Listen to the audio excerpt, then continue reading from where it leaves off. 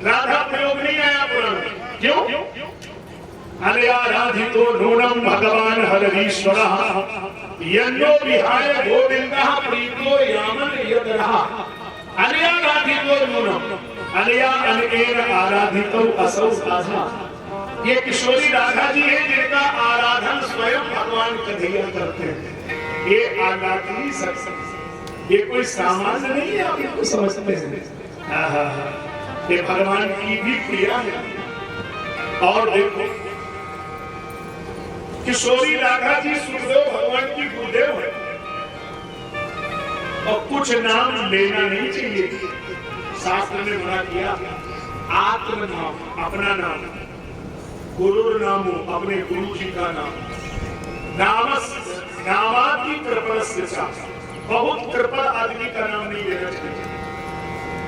और नामाति कृपणस्य च श्रेयस कामो न ग्रहणीया ज्येष्ठा पत्र, जे लड़के का नाम, पत्नी को पति का नाम, पति को पत्नी का नाम, ये लेना नहीं चाहिए। उम्र कम होती है, कोई आपत्ति हो तो ले, बिना वजह में लो।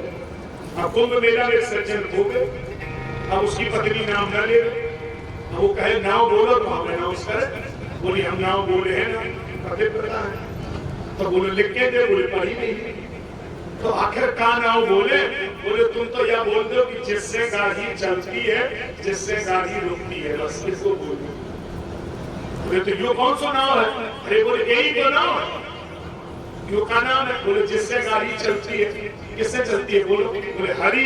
बोले रुकती किससे? बोले लाल। बोले यही तो नाम है, हरि लाल यादव नाम है। अब क्या मुसीबत है, कम से कम कह दो हरि का, इन्हें क्या दिक्कत है? लेकिन हमको साहब पते पता है, तो ऐसा भी नहीं कि आपत्ति में ना दे, आपत्ति में तो ले दो। तो वो महाराज सुखदेव जी की गुरुदेव है, उन्होंने नाम लिया नहीं, व्यास जी ने लिखा नहीं।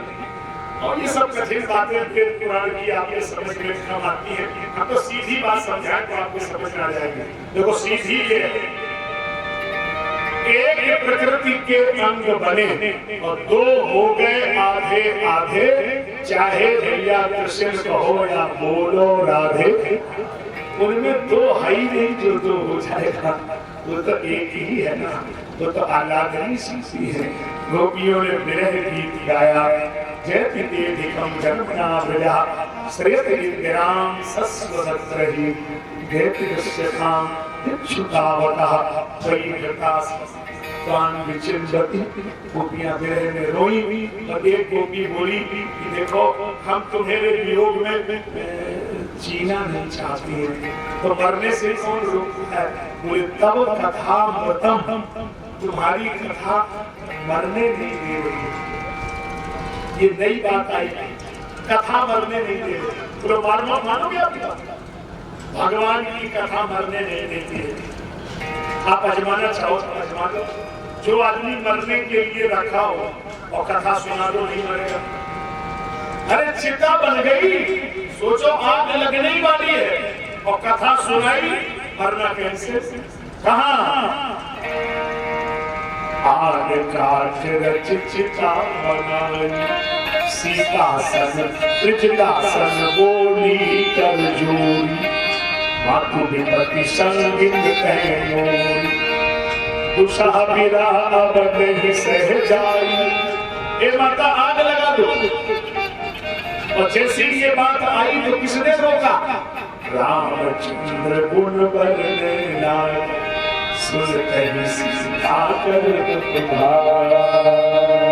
राम जी की कथा सुनाई तो भाग गया। देखो कितनी बड़ी कथा है। फिर माता बोली कि जो इतनी सुंदर कथा कह रहा है वो हमारे सामने क्यों नहीं आ रहा? हनुमान जी बोले सामने नहीं आ सकते। क्यों? कथा सुंदर है, लेकिन सुनाने वाला तो बंदर, सुनाने वाला बंदर है, कोई बंदर है।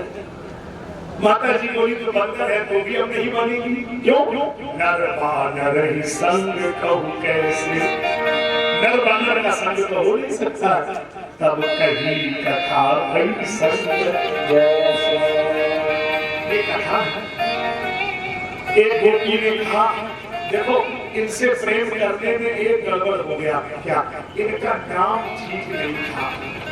तो नाम में क्या कर रही, खल गोपिका नंदनो भगवान, इनका नाम है नंदन, गोपी नंदन, देवकी नंदन, नंद नंदन। और नंदन शब्द में गड़बड़ है, आदो नकारा, परतो नकारा, मध्य नकारे, हदो नकारा, कादार प्रीति खलु नंदनस्य। इसके नाम में 3 जगह ना हो, वहां की उम्मीदें ही नहीं करो। नंदन झूठा है। एक नंदन साहू थे बनारस में, बनारस जाने के पता लगाना, हम लोग पढ़ते थे तो नंदन साहू की गली बोलते थे।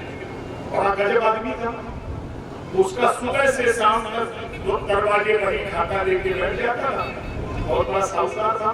कोई पहुंचे, नंदन भैया, हाँ बहुत अच्छा बैठो, बोलो नंदन भैया बिटिया की शादी है, बहुत अच्छा काम है, बहुत शुभ काम है, बोलो 2000 रुपया चाहिए, कल ले जाना, सुबह आ जाना, कल दे जाओ। चला गया, फिर आया, नंदन भैया बिटिया शादी है, अरे बहुत अच्छा, बोलो 2000 रुपया, हाँ कल ले जाओ, मना नहीं कर जाओ। जिंदगी में काऊ तो मना किया नहीं, और काऊ तो 10 पैसा चाहिए, यही कह दे कि सुबह आ, मना करते ही नहीं, देना सवाल है। हे भगवान, बोले ऐसे ही ये नंदन है ना, ये भी झूठे ही है।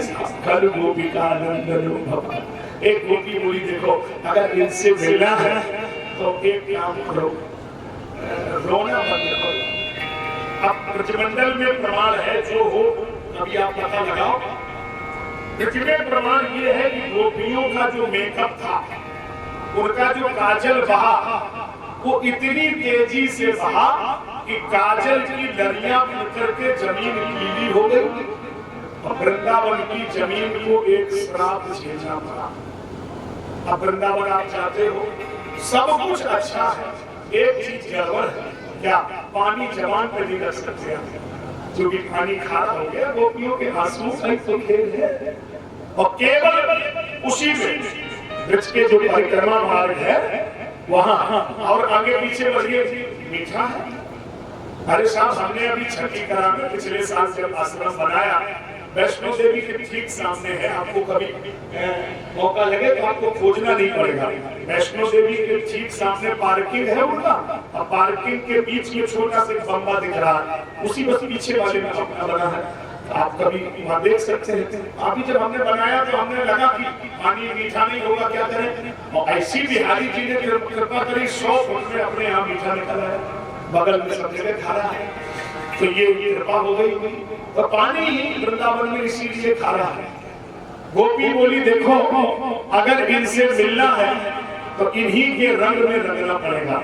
अब ये एक ऐसा भजन होगा जिसमें हर माता बहन बेटी भाई को हमारी तरफ से आदेश होगा, वो नाच सकता है। वृंदावन में तो बड़े बड़े बैरागी महात्मा भी नाचते हैं, ये भजन ही ऐसा है, सब मस्ती में हो जाते हैं। चलो आप भी नाच लो, हम मना नहीं करेंगे। गोपियों ने वो लीला की है, वो छलिया गंगा नारे हमको जो गया बनाए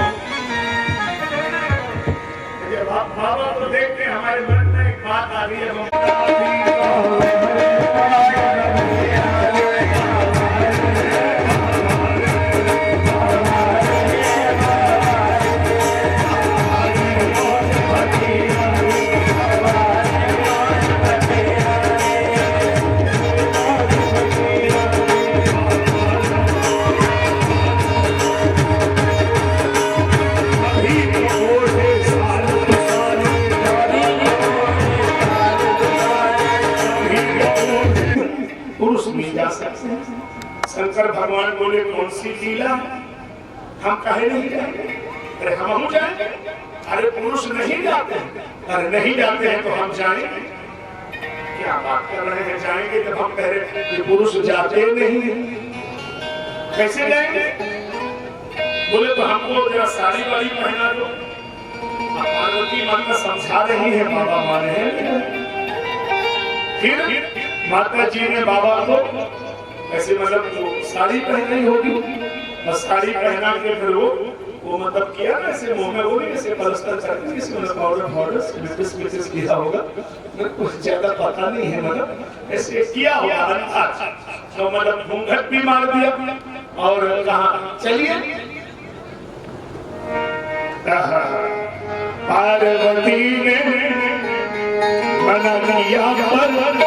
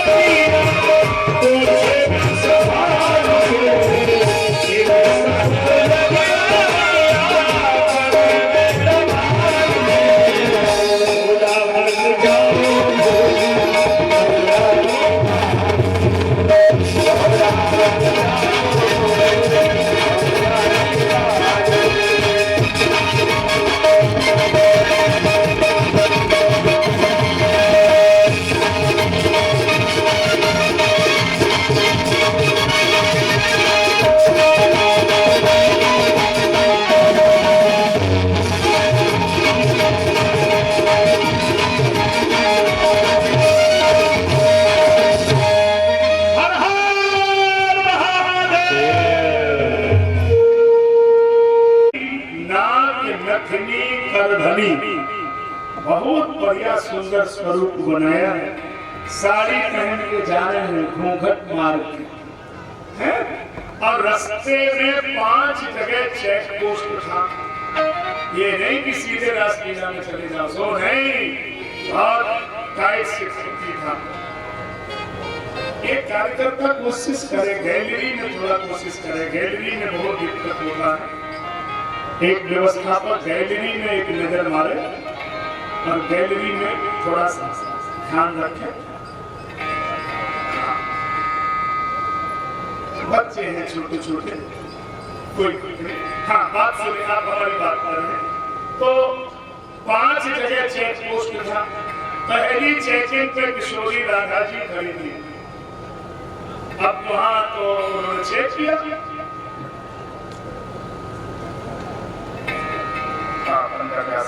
आगे बढ़िए, आगे आप आगे बढ़िए, आगे। यहाँ पे पीछे कौन है? ये बड़ी लंबी चौड़ी है, कौन है? बोले वो हमारी बड़ी भाभी है, बड़ी लंबी चौड़ी है, बोले खाते पीते घर की है, 300 साइज की है। बोले तो कोई बात नहीं, रिश्तेदार है तो कोई बात नहीं, ठीक है जाओ जाओ। उन्होंने ज्यादा पूछताछ किया नहीं। और लड़का विशाखा ने इसलिए नहीं पूछा कि जब एसपी के पास बना दिया होमगार्ड को क्या मतलब जाओ। और 5वीं चेकिंग पे डीआईजी खुद खड़े, वहाँ कोई खेल नहीं, कन्हैया जी चेक करते थे, वहाँ कोई गड़बड़ नहीं, कोई पास नहीं, और ये सबके पांव चेक करते थे। अब पार्वती माता को पाए देखो तो साफ सुथरे पाए, माता जी लोगों के साफे सुथरे होते हैं, और तुम लोगों के तो पथरा मान लो, तुम लोग होते नहीं ना ठीक से, पता नहीं क्या आदत है, साफ रखा करो। तुम लोगों के हेलते ही खारे खारे उल्टे सीधे, माता जी लोगों के साफ सुथरे होते। आप भोले बाबा को पाए, बालों से पाए, कारों से। तो बोले ये पीछे कौन है ये आपके? पार्वती माता बोली हमें बगल वाली गोपी है।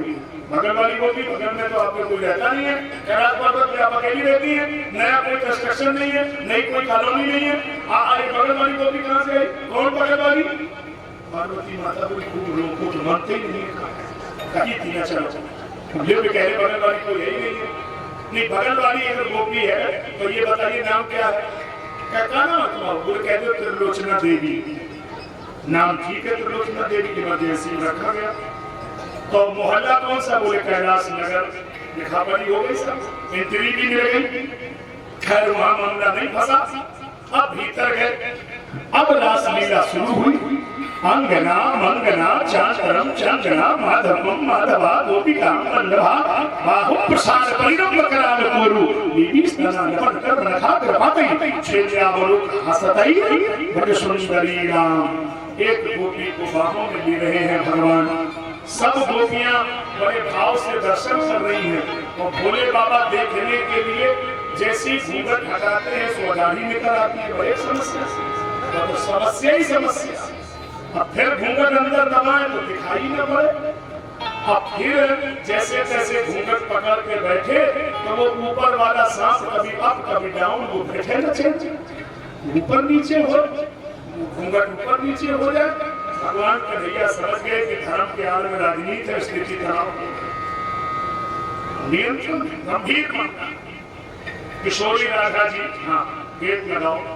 क्यों? बोले आज हम सब गोपियों का मुंह देखेंगे। बाहर को गेट बंद। अब तो मामला फंस गया। इसका उसका हमारा घूंघट हटाया और जैसे ही भोले बाबा का घूंघट हटाया तो गोपी की जगह गोपा बैठे। जय हो प्रभु। तुम्हें ऐसे आने की क्या जरूरत थी? साड़ी वाड़ी पहन के बाबा ने कहा क्या करे, तुम्हारा वो सब कानून ऐसा है कि सब गड़बड़ करना पड़ा। चलो आप हो गए, ये तो अच्छा लगा, लेकिन बाबा ये साड़ी उतारने नहीं देंगे आपको। अच्छा हाँ, अब तुम गवाही तो दोगे कि मैंने रासलीला किया? बोले तो ठीक है देंगे। उसी नारी भेष में अभिषेक कर दिया। गोपी चा ईश्वर चा, ईश्वर चा गोपी चा। गोपी है तो ईश्वर है, ईश्वर है गोपी। न गोपी न ईश्वर, नाम रखा गया गोपेश्वर महादेव की। आप समझ गए कहाँ है? अटल्ला चुंगी से सीधे सामने रंगनाथ मंदिर, सोने का खंबा, और थोड़े आगे बिल्कुल जमुना जी के किनारे पर महाराज बैठे हैं। अभी भी वहीं बिराते हैं गोपेश्वर महादेव। ये आपके समझ में बातें आ गई, सरल सरल बातें। अब आखिरी बात, देखो हमने आपके मन की है तो हमारे भी मन की होनी चाहिए। आपके मन की है कि हमने बिल्कुल सरल बातें समझाई। अब एक बात कठिन है, तो ये जब समझ में आ जाए तब समझ लो कि रासलीला समझ में आ गया। कठिन क्या है? कठिन बात ये है कि गोपियों को जो तुम समझ रहे हो वो गोपियां नहीं है। श्रुतियां किन गोप करने का, ये गोपियां वेद की ऋचाएं हैं। ये कोई सामान्य कोई गांव की पढ़ी लिखी नहीं, ये वेद की ऋचाएं, वेद के 1 लाख मंत्र, पुरा महर्षिया सर्वे दंडकारण्य वासिना, देवी भागवत में प्रमाण है। दंडकारण्य के बड़े बड़े महात्मा गौतम, जाबाली, वामदेव, ये बड़े बड़े उग्र तपा महात्मा हैं। इन सबने ये कल्पना की है कि प्रभु एक बार तो आपके शरीर का स्पर्श हो ही जाए। अंग संगम करिष्यामि भवद्वाक्यम करोमि हम। और एक बार अगर कोई जीव तुम्हारे सन्मुख हो गया, सन्मुख हो जीव मोहि जबहि जन्म कोटि अघनासहु तबहि। ये वेद की ऋचाएं हैं, ये हमारी मनोवृत्तियां हैं, ये कोई सामान्य गोपी नहीं है। गोपियों स्तुतियों गेहा ऋषिजा गोप कन्या कहा, देव कन्याश्च राजेंद्र नामानुष्य कथंचन। वेद की ऋचाएं हैं। और भगवान क्या है? भगवान शरद की पूर्णमासी में कामदेव को हराने के लिए इस लीला का निर्माण करते हैं। शरद का मतलब होता है कुआर, समझ गए? नहीं, दशहरा की बात, केसु केसु केसु, अब तो समझ गए। उसमें पूर्णमासी में चंद्रमा में अमृत के कण गिरते हैं जमीन में। आज भी हर घरों में शाम को खीर बनाई जाती है, शरद पूर्णिमा बोलते हैं। शरद की पूर्णमासी को भगवान ने रासलीला किया। अच्छा, तो शरद का चुनाव क्यों किया? शरद की पूर्णमासी में जो चंद्रमा है पूर्ण रूपेण निर्विकार है। काम का जो युद्ध है वो मन से है, मन से जाता मनोजा। और चंद्रमा कौन है? चंद्रमा मनसो जाता, सूर्यो अजायत, वेद में कहा। चंद्रमा मन का वाचक है। मामला गड़बड़ हो जाता है, थोड़ा कठिन हो गई बात, सरल। अब आप दिमाग लगा के नीचे लाते हैं, ऐसे आपको नहीं समझा पाएंगे। चंद्रमा ये हमारा मन है, और जैसे चंद्रमा चंचल है इसी तरह हमारा मन भी चंचल है। और भगवान इस मन में कब आएगा? जब मन निर्मल हो जाए। निर्मल मन जन सोई मोह पावा। तो मन रूपी चंद्रमा मलिन है, कब उज्जवल होगा? शरद की पूर्णमासी को। तो सर्दी में क्यों नहीं होगा? कार्तिक में, अघान में क्यों नहीं होगा? बोले उस समय पर कोहरे से ढक जाएगा। अच्छा, तो फिर गर्मी में, बोले गर्मी में धूल से ढक जाएगा। और बरसात में, बोले बादलों से ढक जाएगा। उज्जवल निर्मल तो तब होगा जब शरद की पूर्णमासी आएगी। और शरद कब आएगी? पहले वर्षा आएगी, वर्षा गई, शरद ऋतु आई। और वर्षा क्या है? वर्षा ऋतु रघुपति भगत, भगवान की भक्ति ही तो वर्षा है। तो जब जीवन में भगवान की भक्ति की वर्षा होती है तो शरद पूर्णिमा की तरह हमारा मन रूपी चंद्रमा निर्मल होता है, और इसी में परमात्मा रास करता है। बात थोड़ी अव्वल दर्जे की है, लेकिन श्रोता भी अव्वल दर्जे के हैं। बहुत श्रोता है, ज्ञानी है, पकड़ रहे हैं मेरी बात को। अब फिर एक बात सुनो प्लीज। काम को हमारे तन में आना है।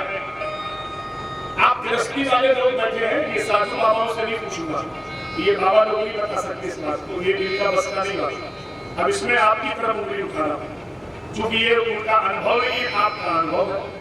गृहस्थी जीवन में ये अनुभव करिए, यदि काम को हमारे तन में आना हो तो दुनिया में कोई मेडिकल साइंस में दवा नहीं है जो मन में आए बगैर तन में आ जाए। अगर उसको तन में आना है तो पहले मन में आना ही पड़ेगा। काम का पहला अटैक मन है, और यदि मन में उसने अटैक नहीं किया तो तन में आ ही नहीं सकता। ये स्वाभाविक क्रिया है, मेडिकल साइंस हाथ खड़े कर देगा। तो काम का पहला अटैक है मन, फिर तन। तो कामदेव ने धनुष पे बाण चढ़ा। अब देखे रहना 2-4 मिनट, नजर मत हिलाना, बहुत काम की बात है। आपका 4 घंटे का मेहनत स्वार तब हो जब ये समझ में आ जाए। काम ने धनुष पर बाण चढ़ाया, बिहारी जी को टारगेट किया कि बिहारी को हम हरा दें तो संसार में विजयी हो जाएंगे। तो काम ने जब धनुष चढ़ा पर बाण चढ़ाया तो उसी समय श्रुतियों ने बोला, श्रुति माने वेद, क्या बोला? आमानः अप्राणः।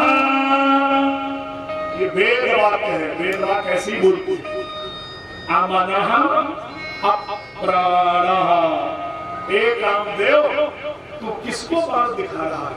इसके पास मन नहीं है, इसके पास प्राण नहीं है, तुम तो मन में अटैक कर सकते हो, इस पे तो मन है ही नहीं।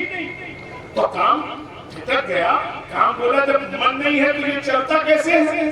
बोले यही तो गोस्वामी जी परेशान है। गोस्वामी जी पे मुकदमा करिए ना, वो खुद कह रहे हैं, तीनों पग चढ़ी सोनही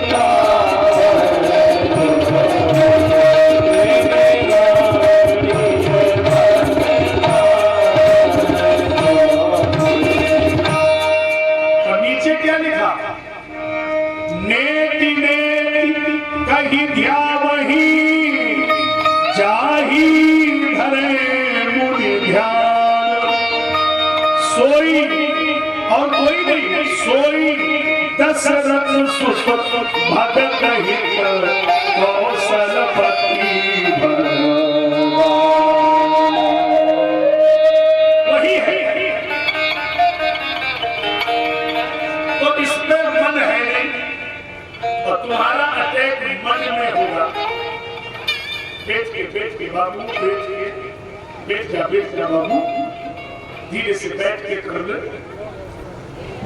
बैठ के निकल जा, बैठ जा आराम से, धीरे से, कोई चांद भी ना पाए काम हो जाए। क्योंकि हम बहुत कठिन विषय में फंसे हुए हैं, बहुत मुश्किल से समझा पा रहे हैं। तो काम का अटैक मन, और मन में काम को आना है, और बिहारी जी पे मन है नहीं है, तो कामदेव को हार मान लेना चाहिए, धनुष पर फेंक देना चाहिए। काम बोला हार नहीं मानेंगे, धनुष बाण नहीं फेंकेंगे। अरे भाई, जब काम उस पर मन है नहीं तो तुम्हारा अटैक मन में होगा, तो अब तुम कर भी क्या सकते हो? काम बोला हम जीते भले ना, लेकिन खेल बिगाड़ के ही मानेंगे। तो खेल कैसे बिगाड़ोगे? काम बोला कि इनके पास मन नहीं है, लेकिन गोपियों पे तो मन है, और अगर गोपियों के मन में हम चले गए तो गोपियां इनका हाथ तो पकड़ ही लेंगी, और जैसे ही इनका हाथ पकड़ेंगी हम अखबार में फोटो छपवा देंगे, मुकदमा तो चले, बाद में इंक्वायरी हो जाए, उसमें क्या बात? इतने जल्दी सरेंडर करेंगे नहीं। गजब प्रत्याशी फंसा, तो ऐसे थोड़े अंतिम गांव हम उसने खेल रचा। काम बोला ऐसे हथियार नहीं डालेंगे, गोपियों के मन में चले जाएंगे। तो काम ने धनुष पर बाण घुमा दिया, तो हम भी बाण घुमाने जा रहे हैं। आप नजर मत हिलाना, नहीं तो फिर आपकी मेहनत बेकार होगी, समझ में कुछ नहीं आएगा। काम का बाण बिहारी जी को छोड़ के, वो तो अमना है, छोड़ो, गोपियों की तरफ घूम गया। तो गोपियों के मुंह से एक शब्द निकला, कृष्ण। बोलो कृष्ण। हाँ कृष्ण। अच्छा, ये कृष्ण का मतलब क्या हुआ? करसती की मना रीति कृष्णा। व्याकरण में कृष्ण को कैसे लिखेंगे? करसती, करसन, जो किसी के मन को खींच ले, वही तो कृष्ण है। तो तुरंत गोपियों का मन भगवान ने खींच लिया। गोपियों ने कहा हाँ कृष्ण, तो मन भगवान ने खींच लिया और अपने हृदय के स्टोर रूम में लॉक कर दिया। अब गोपियां कैसी हो गई? अमना। साहब कैसे हो गए? समना। जो थे अमना वो बन गए समना, और जो थी समना वो बन गई अमना। बात बिल्कुल सीधी है। कृष्ण गोपी हो गए, गोपी कृष्ण हो गए, कृष्ण की वो वल्लभा श्री कृष्ण की ही हो गई, और कृष्ण की वो वल्लभा श्री कृष्ण में ही खो गई। उसमें न कोई गोपी बचा, न कोई कृष्ण बचा।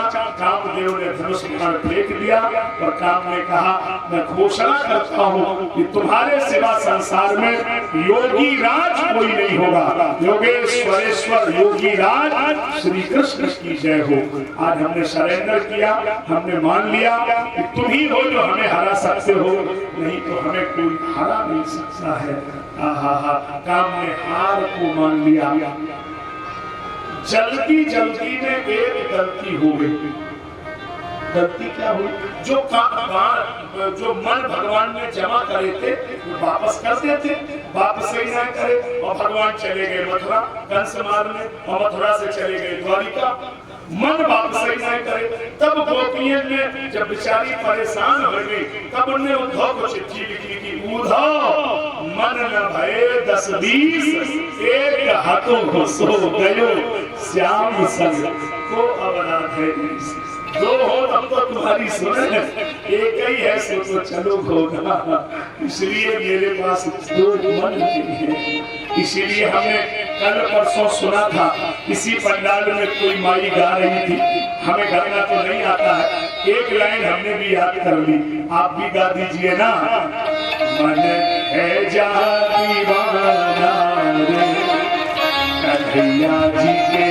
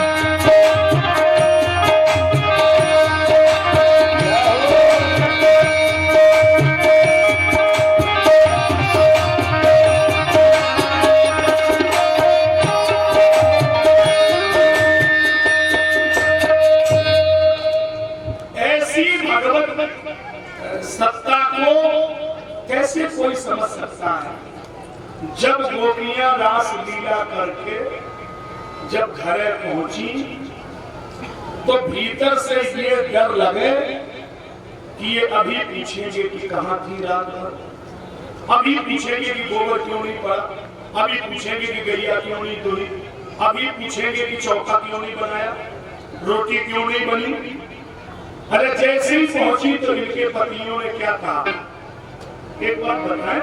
हाँ, वैसे पाए तो तुमने बहुत दबाई, लेकिन 2-4 दिन से बड़ा मजा आता है जब तुम दबाती हो। गोपियां भीतर से सोचे कि पाए हम तो हती नहीं। गोपियां बोली तो बोलो ना, सोई ठीक, इसका मतलब इस सपने में कोई, और सपना खाने गैया ने दूध बहुत अच्छा दिया, बड़ा सफाई घर पर ही है, बड़ा अच्छा काम कर रही है आजकल। अच्छा, था मामला क्या था? मामला ये कि जब कोई उनके आश्रित हो जाता है, जब कोई उनका बन जाता है, तो उनकी जिम्मेदारी है जितने दिन गोपियां रास में रही उतने दिन भगवान उनकी साड़ी पहन के काऊ को गोबर पाथो, काऊ की गैया दुही, काऊ की रात में फायदा में पति के ऐसे तमाशा करते हैं साहब। इसलिए दुनिया में इनके जैसा कोई नहीं हो सकता है। इन्होंने कहा कोई एक बार मेरा बन तो जाए, पूरे जिम्मेदारी हम उसकी नौकरी करेंगे। देखो हमने अर्जुन का रथ हाँका, हमने पत्थर उठाए, क्या नहीं किया, लेकिन उठाए वही के जिन्होंने हमें अपना मान लिया। एक बार उन्हें अपना बना करके तो देखो ना, तो फिर बात बन जाएगी ना, बात बन जाएगी ना। अपना बना करके तो देखो ना, कि तो कोई और संसार में नहीं है जो उनके जैसा हो। करे हूँ सदा इनकी रखवाली, जीव बालक आखे महतारी, जीव बालक आखे महतारी। पकड़ लो, पकड़ लो हाथ बनवारी, नहीं तो डूब जाएंगे। हाथ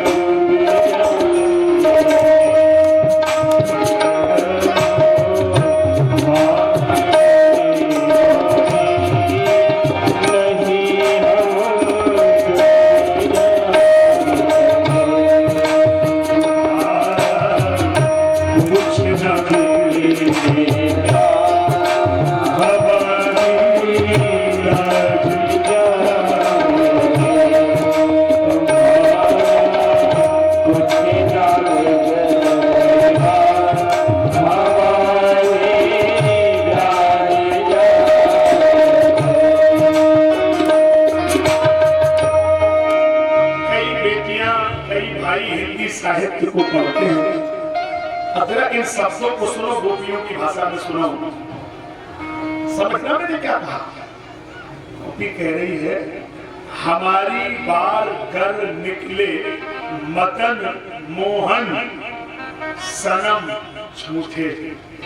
काम को जब हरा दिया ना तो मदन मोहन हो गए। मदन माने काम, हमारी बार घर निकले मदन मोहन सनम झूठे। हम तुम्हें अजमा रही है, और अगर तुम झूठे निकल गए तो सरदारी के सारे नाम भी कर देंगे हम झूठे।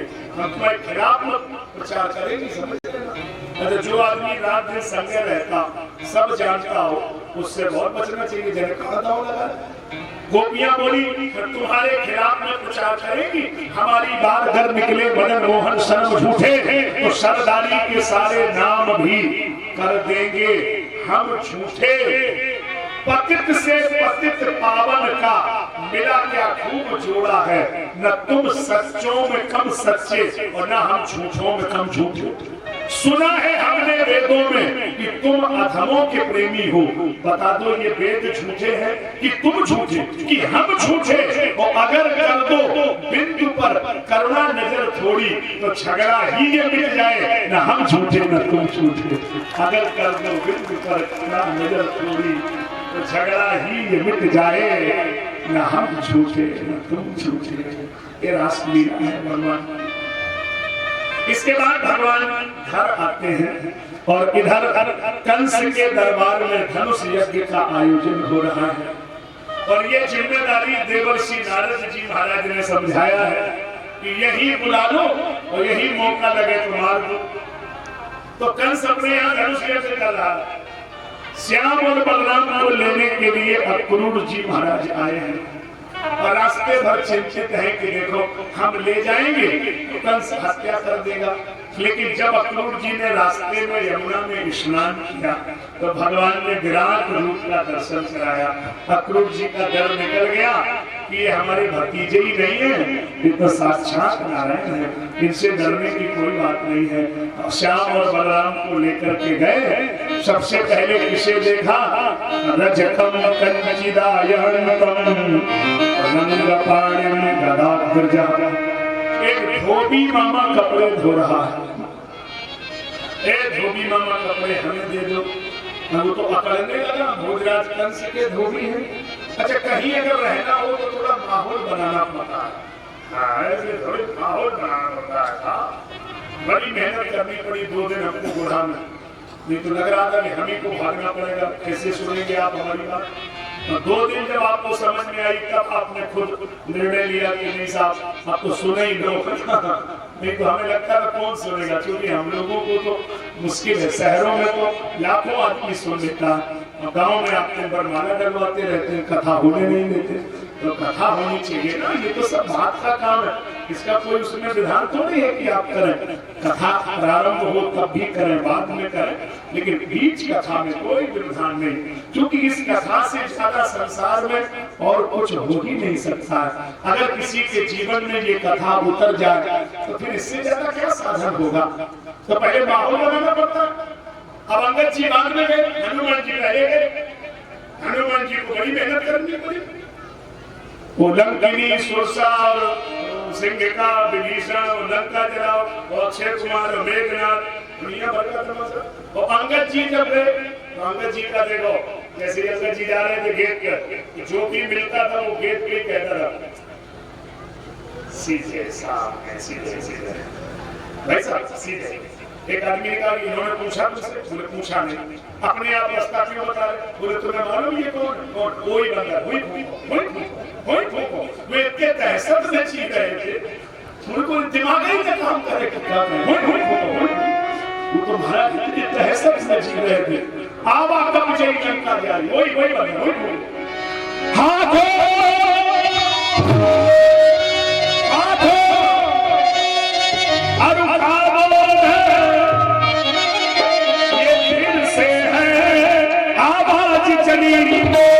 लंका में आग लगाने को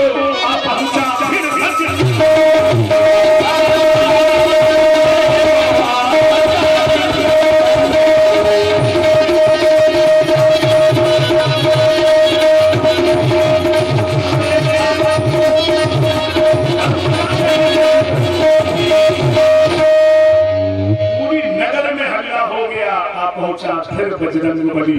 जैसे श्याम और बलराम एक धोबी मामा का उद्धार कर दिया, पूरी मथुरा में दहशत हो गई, कोई सामने नहीं आ रहा है। महाराज बड़े मस्ती में जा रहे हैं। इधर रास्ते में एक सुदामा नाम का माली मिलता है, भगवान को हार पहना देता है। आगे बढ़े तो एक दर्जी ने भगवान को कपड़े सिल के पहनाए। मिलो के पूजा युवती बरानराम, 3 जगह से थे स्त्री शैलेंद्री पूजा। भगवान ने कहा देवी तुम बड़ी सुंदर हो। अरे मैं तो कुरूप हूँ, आप मुझे सुंदर कह रहे हो। तो भगवान ने उसको रूप दे दिया, सुंदर बना दिया। सुंदरी सुखलोद्भवा यही वीर ग्रहम यामा, मेरे घर चलो। बोले नहीं मामा का निमंत्रण है, आपके घर नहीं जाएंगे। और आगे बढ़े तो कुवलिया पीर नाम के हाथी को मदिरा पिलाई जा रही है, गेट पे खड़ा है। बलराम दादा ने उसका पटक के उद्धार कर दिया। अब सीधे आगे बढ़े, धनुष को तोड़ दिया। मल्लशाला में बड़े बड़े पहलवान चाणूर, मुष्टिक, सल, कौशल, बड़े बड़े पहलवान अखाड़े में कूद पड़े। युद्ध करना पड़ेगा, बल युद्ध होगा। भगवान बोले ये बराबरी वालों से होता है, ये गलत बात है। हम किशोर बालक हैं, तुम इतने बड़े मल्ल हो, ये क्या बात है? बराबरी वाले से लड़िए ना। मल्लों ने कहा कि हम तुम्हें जानते हैं, बालो न किशोरस्तम बलिराम भला, तुम न किशोर हो न बालक हो, तुम बलवानों के बलवान हो। तुमने हमारी बहन को इतना मारी है, उसी दिन से मैं तुमको बहुत तरस कर रहा हूँ, आज नहीं छोड़ूंगा। भगवान ने कहा बलराम दादा इसका क्या करना है? दादा बोला बहन के पास भेजो उसको, इसे बहुत याद आ रही, बहने के पास भेजो, ऐसे नहीं मानेगा। तो एक उठा के पटक दिया, चार मुश्किल महाराज कुश्ती हुई। पहले एक लंगी को सुधार करनी में धार, और तुझे एक दस्ती को जजीरा गुआयो है, तीखी कान खायो झट डाके सवारी बाल सांसा चलायो है, डाकर मोड़ा कमर घोड़ा सो बसाया हलाकों में मस्तक में पटा को चलायो है। ये दांव पेच होते हैं जब कोई कुश्ती लड़ता। हम पंडित आदमी है लेकिन मालूम सब दांव है। ये और का हो रही है कि पंडित है दांव में जाने का ऐसे सोचो, कोई ऐसे थोड़ी है कि सारे दांव पेच नहीं तो कुश्ती कैसे हो सकती है? सोचो। आपको ये नहीं लगना चाहिए कि इनको वेद पुराण शास्त्र आता होगा। वेद पुराण तो आता है, हमें कुश्ती भी आती है, सारे दांव जानते हैं। अब यहाँ कोई पहलवानी करता हो, देखो अब सुना दे, आपने इतने दांव सीखे होंगे, हमने पूरे पढ़े हैं, सुन लो। दांव सीखना पड़ता है, ये थोड़ी कि हमको खाली भागवत पुराण देवी पुराण आता है, ये भी दांव आते हैं। देखो दांव सुन लो, उतार उखाड़ कला जंग हलकूम रूम तारकस पिटकस सवारी बाल सांगड़ा डंडा पटा कमर घाट बहेली कर बैठक ऊपर बैठक। बोलो ये तो गलत हो, कोई ऐसे थोड़ी पूरे सब सारे दांव पेच हैं, ऐसे थोड़ी है कि सब बड़ा आसान दांव है, कोई हमको पूरा पढ़ने की बात नहीं है। ये सब दांव सीख के आते हैं सब, नहीं तो गड़बड़ नहीं हो जाएगा पूरा इलाकों का गाँव। सब दांव वाले हैं, चिंता ही मत करो, जौन सा दांव बताओ वही डालेंगे, लेकिन आपको कथा समझाते जाएंगे। ये कथा का ही थाव है इसमें, क्योंकि कथा में भी थाव है साफ। अगर बहुत ऊंचाई से सुनाएंगे तो भी आपके समझ में नहीं आएंगे, बहुत नीचे कर दे तब भी नहीं। इसलिए बीच का रास्ता अपनाते हैं, किसी को भी ऐसा नहीं छोड़ते हैं जो वो ये कहे कि हमें कुछ समझ में नहीं आया है। थोड़ा थोड़ा देने का प्रयास करते हैं। आपने बुलाया, अच्छा लगा, और कल आपसे इजाजत लेकर चला भी जाऊंगा। और जिसने जिंदगी में कभी भागवत न सुनी हो, एक दिन न सुनी हो, कभी नहीं आया हो, अगर कल पंडाल में होगा तो उसको एक बार फिर हम पूरी कथा सुनाएंगे। जिन्होंने पहले कभी सुना है, टीवी पे देखा है, उन्हें तो मालूम है, और जो पहली बार हमें सुन रहे हैं वो कल अपनी आंख से देखें, अपनी घड़ी मिला के आइएगा। आखिरी में हम आपको 5 मिनट में पूरी कथा एक बार सूचीबद्ध आपको हर अध्याय पर सुनाएंगे, और घड़ी मिला के 5 मिनट, 10 सेकेंड कम तो होगा, 1 सेकेंड ऊपर नहीं हो सकता। कैसे होगा ये आपकी आंख के सामने होगा, जहाँ कंप्यूटर चल ही नहीं सकता वहाँ बोलना कैसे जारी रहेगा, लेकिन होगा। बिहारी जी करेंगे कल, ये अंतिम में फायदा होगा आपको। आज तो अभी भगवान के विवाह का चर्चा ले जानी है, समय लिमिट में है, अभी शादी भी करनी है रुक्मिणी जी से। कंस को मारने के लिए हम तैयार हैं। मार क्षण मात्र में लौट पड़े यदुवीर, जा पहुंचे तत्काल ही हिंसासुर के तीर। कंस के ठीक सामने खड़े हो गए, बोल मामा तेरी अंतिम इच्छा क्या है? कंस ने सुना था काला कन्हैया मारेगा, तो उसको काली चीज से भय हो गया। दाल में जीरा पड़े तो वो चिल्लाने लगता था, कृष्ण आया। कालो कपड़ा कोई पहने हो, हाँ कृष्ण आया। काला कंबल हो, कृष्ण आया। काली चीज से भय, और यही इसके मुक्ति का साधन है। सब में भगवान का दर्शन होने लगा। अच्छा एक मिनट दोबारा समझाते हैं। जैसे मान लो आपको भगवान मिल जाए, मान लो मिल जाए, मिल सकते आप लोग बड़े अच्छे लोग हैं, और मिल जाए और भगवान कहें कि हमें रहना है, तो आप लोग कहाँ रखोगे? दिल में, मंदिर में, घर में, हृदय में, मन में, कहाँ रखेंगे? एक लोगों को मिल गए, बोले बताइए रहना है, कहाँ रहोगे? बोलो दिल में, बोले नहीं। मंदिर में, घर में, मकान में नहीं, तो कहाँ रखोगे? कोई जगह है? यही जगह आप याद करो कहाँ रखना है। बसो मोरे नैनन में नगरा, मेरे नैनन में नगरा, बसो नैनन में नगरा। अब इनका नाम आप समझ गए कौन है? ये अब मीराबाई से पूछो नैनों में क्यों बसा रही हो? मीरा ने कहा बात बिल्कुल सीधी है। क्या? अगर आंख में काला चश्मा लगा हो तो सामने काला ही दिखेगा, और चश्मे का लेंस हरा हो तो सामने हरा ही दिखेगा, और चश्मे के लेंस में अगर बिहारी जी बैठे हो तो सामने क्या दिखेगा? बिहारी जी ही तो दिखेंगे। कन्हैया मोरे सबरिया मोरे, कन्हैया मोरे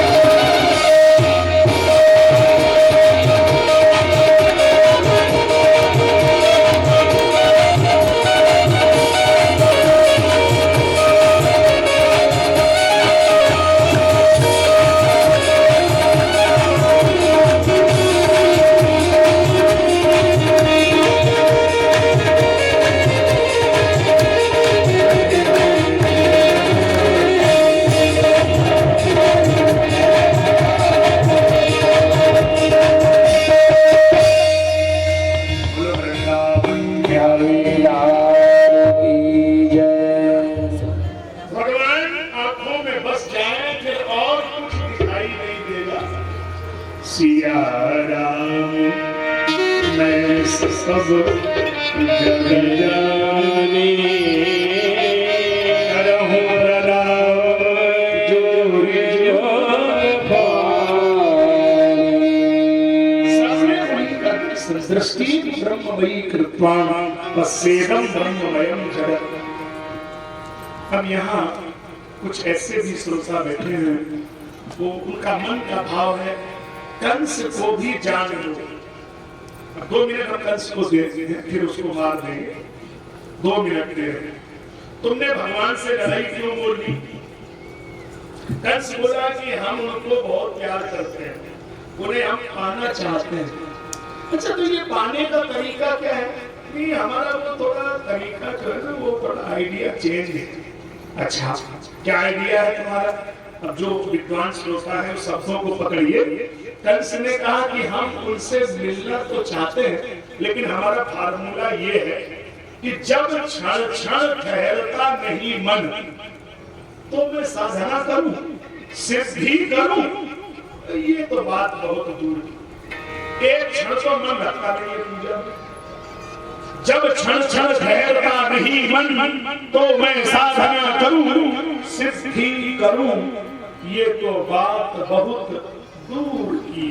तीर्थ करूं, मठ मंदिर बनाऊं, इतनी भला कहां हस्ती मजदूर की। ये मैं नहीं कर सकता। तो कैसे मिलेंगे भगवान? कंस बोला एक ही फार्मूला मेरे पास बचा है। क्या? सिद्धि करूं, इतनी कहां भला हस्ती मजदूर की। तीर्थ करूं, मठ मंदिर बनाऊं, इतनी भला कहां हस्ती मजदूर की। बिंदु कभी एक ही सुखद उपाय मिला, अब इसी से फलेगी कामना इस क्रूर की। और करूंगा गुनाह तो अदालत में जाके देख लूंगा सूरत हुजूर की। करूंगा गुनाह तो अदालत में जाके देख लूंगा सूरत हुजूर की। देखो अगर कभी झगड़ा करने का भी मूड हो तो संसार से नहीं करना चाहिए, भगवान से करो ना। कम से कम उनसे झगड़ा करोगे तो नाम तो रहेगा ना। कंस ने झगड़ा किया तो नाम तो लिया रहा है ना। भगवान ने कंस मामा का उद्धार कर दिया। बोलो वृंदावन बिहारी लाल। कंस की दोनों पत्नियां रोने लगी। एक का नाम है अस्ति, एक का नाम प्राप्ति। और भगवान ने समझाया, हे मामियों, बोले मामियों रुदन छोड़ो, यह तो मतलब का रोना है। क्या तुमको यह मालूम नहीं, यह हाल सभी का होना है। बैठी है दुनिया कमर कसे, चलने ही की तैयारी है। चल देता है वो बिना कहे, जिस दिन भी जिसकी बारी है। जब से दुनिया बनी तभी से लगा है आना जाना है। जब से दुनिया बनी तभी लगा है आना जाना है। क्यों जगत में फिरता प्यारे दुनिया साथ खाना। बड़ी विचित्र बात कह रहा हूं। पड़ा था जमीन पर, लोग कह रहे थे कि मर गया। पड़ा था जमीन पर, लोग कह रहे थे कि मर गया। उनमें से बोला एक फकीर, ये मर नहीं गया, ये तो अब तक सफर में था, आज अपने घर गया। इसका सफर पूरा हो गया। जिसका सफर पूरा होगा उसको गाड़ी से उतरना पड़ेगा। ये तो नहीं है, इसलिए इसमें रोने का विषय संसार का एक विद्वान ने लिखा, तुम में रूठ जाने की आदत कहां से आ गई है? मरीजे हिज्र ये जुर्रत कहां से आ गई है? और मैंने कल तक सुना था बिस्तर से उठा जाता नहीं, और आज दुनिया से उठ गया, ये ताकत कहां से आ गई? जो कल अपने बिस्तर से नहीं उठ पा रहा था, आज दुनिया से उठ के जाता है। ये संसार का नियम है। जातस्य ही ध्रुवो मृत्यु, ध्रुवम जन्म मृतस्य च। जन्म लेने वाले का मरना शाश्वत है। दीप जलाकर पथ को देखा, दीप को जलते किसने देखा। जीवन की बात है। दीप जलाकर पथ को देखा, दीप को जलते किसने देखा। जो भी सूरज उगा सवेरे, उसे शाम को ढलते देखा। दिशा बदलते दशा बदल गई, यह विडंबना कैसी। मानव मानव के स्वभाव की संरचना है ऐसी। अपनों से ही अपनों को ही प्रतिपल छलते किसने देखा। लेकिन जीवन के आंचल में मौत को पलते किसने देखा। ये जीवन का खेल है। जीवन के आंचल में मौत पल रही है।